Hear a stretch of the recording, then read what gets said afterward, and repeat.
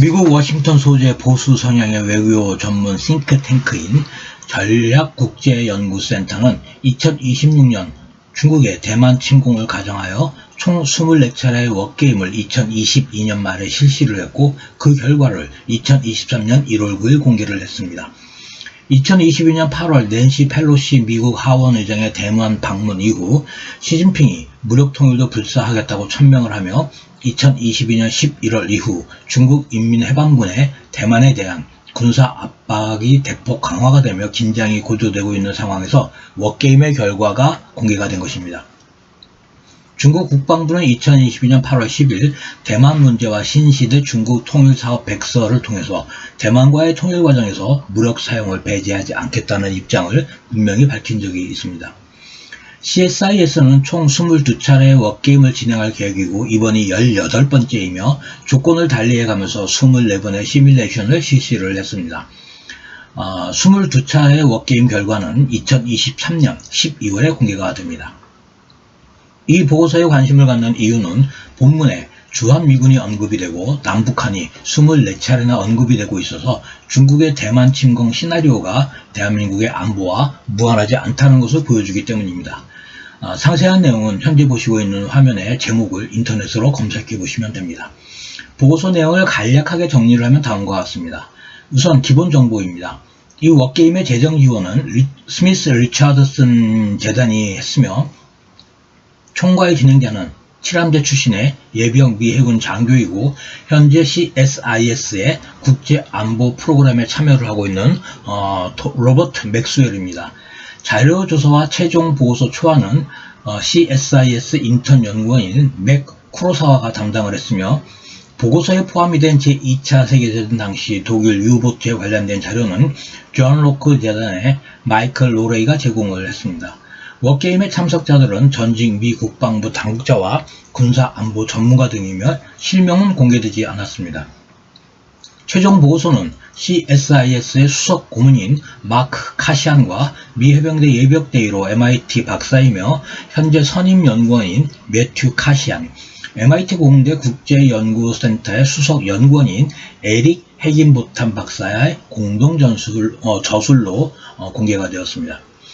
보고서를 요약을 해보면 워게임은 중국 인민해방군이 재래식 전력만을 사용을 하여 대만 침공 상륙 작전을 상정을 했습니다. 중국 인민해방군의 초기 공격에 대만이 항복하지 않고 저항을 할 경우 미국과 전력을 보강을 한 일본 자위대 연합군이 대만을 지원을 합니다. 중국은 일본 자위대 기지와 미 해군 수상 함대를 공격을 하나 엄청난 손실을 입으며 최종적으로 대만을 점령하지는 못합니다. 그리고 그로 인해 중국 공산당의 정권 유지가 불안정해진다라는 시나리오입니다. 대만, 미국, 일본 연합국의 승리의 조건입니다. 우선 대만군은 육군 전력을 강화하고 상륙 방어선을 지키고 버텨야 합니다. 현재 대만 육군의 전력은 중국 인민해방군의 상륙 거점을 봉쇄하기에는 부족합니다. 중국 인민해방군은 대만 해협으로 인한 보급선 문제가 있으므로 방어 전략은 대만 육군 중심으로 수립되어야 한다는 조건입니다. 두 번째, 미국은 대만에 우크라이나 모델을 적용하면 안 된다고 합니다. 현재 우크라이나에 전투병력을 파병하지 않고 장비와 물자만 공급을 하고 있는 미국의 전략은 대만에 적용을 하면 안 된다는 것입니다. 유럽과 달리 중국은 대만의 해상 봉쇄를 통해 미국과 일본의 지원을 차단하며 고립을 시킬 수가 있습니다. 따라서 미국, 일본은 대만을 지원하기로 결정을 하면 신속하게 전투병력을 투입을 해야 한다고 주장을 합니다. 세 번째, 주일 미군 기지를 작전에 활용할 수 있어야 한다고 합니다. 호주와 한국이 대만을 방어하는 데 어느 정도 역할을 할 수는 있지만 핵심은 일본이라는 것입니다. 주일 미군 기지 없이는 미국의 항공 전력은 효과적인 작전을 수행할 수 없으며, 따라서 미국, 일본과 외교 군사 관계를 현재보다 더 심화시켜야 한다는 주장입니다. 네 번째, 미국은 중국군 방어지역 바깥에서 신속하고 대규모로 중국 함대를 타격을 해야 하며 폭격기에 장거리 대함 순항 미사일을 대규모로 운용을 해야 한다고 합니다. 이를 위해 기존의 미사일들을 대함 미사일로 궤제하는 것이 최우선 과제라는 주장입니다. 승리를 위한 전략적 권고입니다. 승리를 대가로 많은 희생을 치르는 피로스의 승리를 피할 것을 강력하게 권고합니다. 미국 정치권은 핵전쟁으로 확전이 될 것을 우려하여 중국 본토 타격을 주저할 것이고 3천에서 4천 명의 미군 전사자의 발생이 예상이 되는 상황에서 대만 방어 작전의 지속 여부를 압박받는 것이 예상이 될 것입니다. 현실 정치 상황과 군 지휘부가 수립을 한 전쟁 계획 사이의 괴리에 대한 명확한 전략을 수립을 해야 한다고 합니다.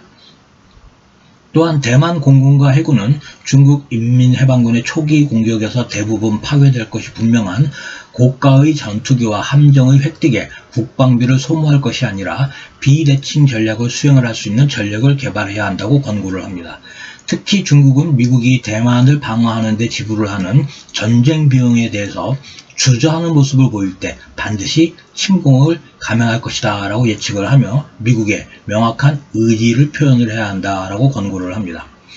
전술적인 내용으로는 중국의 미사일 공격을 대비하여 일본과 괌의 공군 기지를 강화하고 확장을 하고 미 공군 규리를 개정하고 지상에 주기되어 있는 항공기를 중국의 선제 공격으로부터 보호할 수 있는 방안을 강구해야 한다고 주장을 합니다.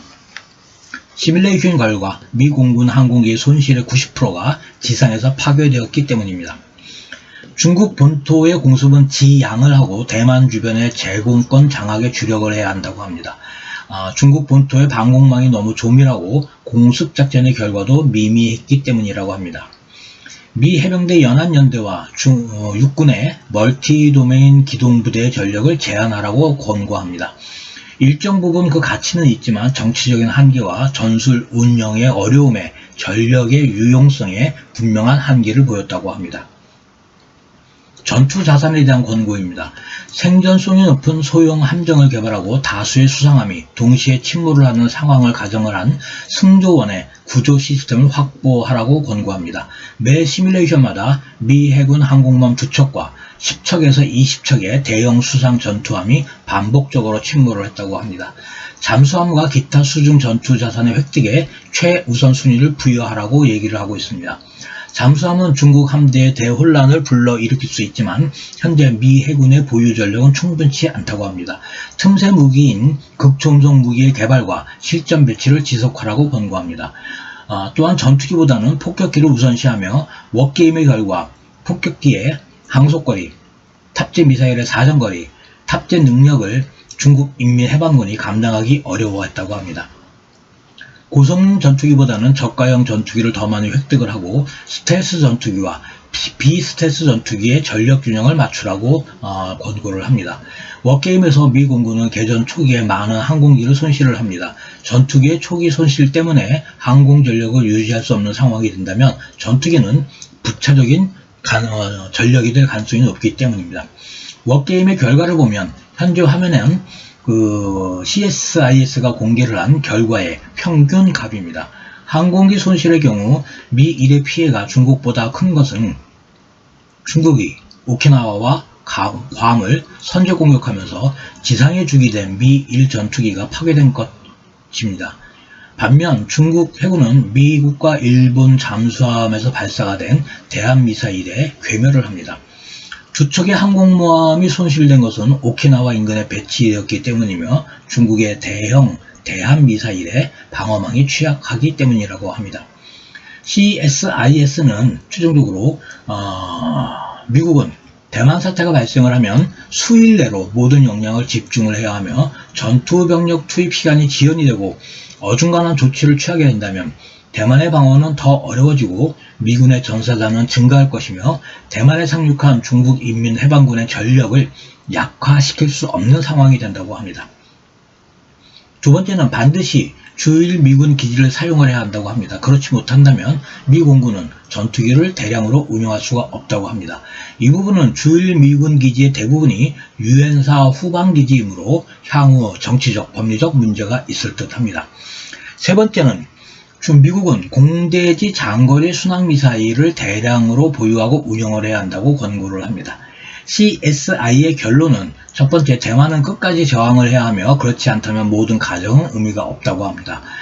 그러나 결론적으로 대만군은 와해되지는 않겠지만 매우 심각한 타격을 입으며 대만은 사회 기반 시설이 완전히 파괴되어 심각한 경제 퇴보를 보인다고 합니다. 두 번째, 중국 해군은 완전히 와해가 되어서 제2불능 상태가 된다고 합니다. 세 번째, 미국과 일본은 승리의 대가로 수십 척의 함정과 수백 대의 항공기를 손실을 하고 미국은 이로 인해 수년간 세계적 지위에 손상을 입는다고 합니다. 많은 피해가 발생을 하기 때문에 대만, 미국, 일본은 중국 공산당과의 전쟁에서 승리하는 것만으로는 충분치 않으며 중국이 대만을 침공하려는 시도 자체를 못하도록 하는 억제력을 강화해야 한다고 결론을 맺고 있습니다. 이와 관련된 한국 사항을 정리를 해보면 보고서에는 총 18차례에 걸쳐 한국이라는 단어가 사용이 되고 있습니다. 그 중요한 사항은 우선 중국은 대만 침공 시 미국과 일본의 전력 분산을 위해 북한을 사주하여 한반도에서 적대적 도발을 할 가능성이 높다고 보고서 3페이지에서 언급을 하고 있습니다. 두 번째, 중국이 대만을 점령할 경우 미국은 한국과 일본의 방어에 매우 어려운 상황이 될 것이다 라고 보고서 21페이지에 명시를 하고 있습니다. 세 번째, 대만 상황이 발생할 시에 한국은 중립을 표명하거나 비공식적인 지원만을 할 것으로 예상된다고 CSIS의 보니린이 미 의회에서 증언한 적이 있습니다. 보고서 60페이지에 있는 내용입니다. 네 번째, 이 워게임에서 주한 미 공군의 4개 비행대 중 2개의 비행대를 이동 배치하여 대만 전선에 투입하는 것을 가정했다라고 보고서 61페이지에서 밝히고 있습니다. 다섯 번째, 보고서 63페이지에 있는 내용으로 가장 중요한 사안입니다. 북한이 한반도에서 도발을 하려는 움직임이 확인이 되고 그것이 중국의 군사작전과 연계된 것이라면 한국, 나토, 걸프 국가들이 대만 사태에 참전할 것이다 라고 밝히고 있습니다. 현재 보시는 화면은 본 내용의 영어 원문입니다. 여섯 번째, 미 공군은 유럽, 한국, 일본 북부에 적의 선제 공격으로부터 항공기를 보호하는 강화 경납고 1000여 개를 건설을 했으며 일본 남부 오키나와에는 중국의 탄도미사일에 대한 대응이 부족하다고 보고서 81페이지에서 밝히고 있습니다. 또한 보고서에는 북한이라는 단어가 총 8차례 언급이 됩니다. 중요한 내용은 전술안 보고서 3페이지에서 중국이 북한을 사주하여 한반도에서 적대적 도발을 할 가능성이 높다라는 내용과 두 번째, 북한은 러시아, 이란과 함께 미국의 전력이 분산된 틈을 이용하여 기회주의적인 공격 행동을 취할 수 있다라고 보고서 63페이지에서 명기하고 있습니다.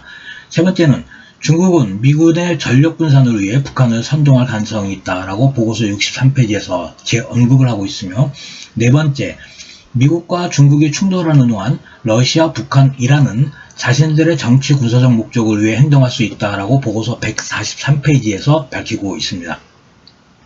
한국과 관련된 사항을 간단하게 정리를 하면 중국은 대만 침공 시 미군 전력을 분산시키기 위해 북한을 사주하여 한반도에서 무력 도발을 일으킬 가능성이 높으며 미국은 주한미 공군 전력의 50%를 대만에 투입을 하고 유엔사 후방기지인 주일 미군 기지들을 대만 방어에 활용을 한다라는 내용입니다. 결론을 말씀을 드리면 대만 문제는 우리의 안보와 동떨어진 문제가 아닙니다. 그리고 공산당이 지배를 하는 중국은 대한민국의 우호국이 절대 아닙니다. 중국은 대한민국과 수교를 수립한 이후 줄곧 경제는 한국과 정치와 군사는 북한과 밀접한 관계를 갖는다는 정치와 경제를 분리하는 정경분리 정책을 추구를 해왔습니다. 중국 공산당에 대해 대한민국 대부분의 국민들이 착각을 하고 있을 뿐입니다. 이번 편 여기까지 하겠습니다. 감사합니다.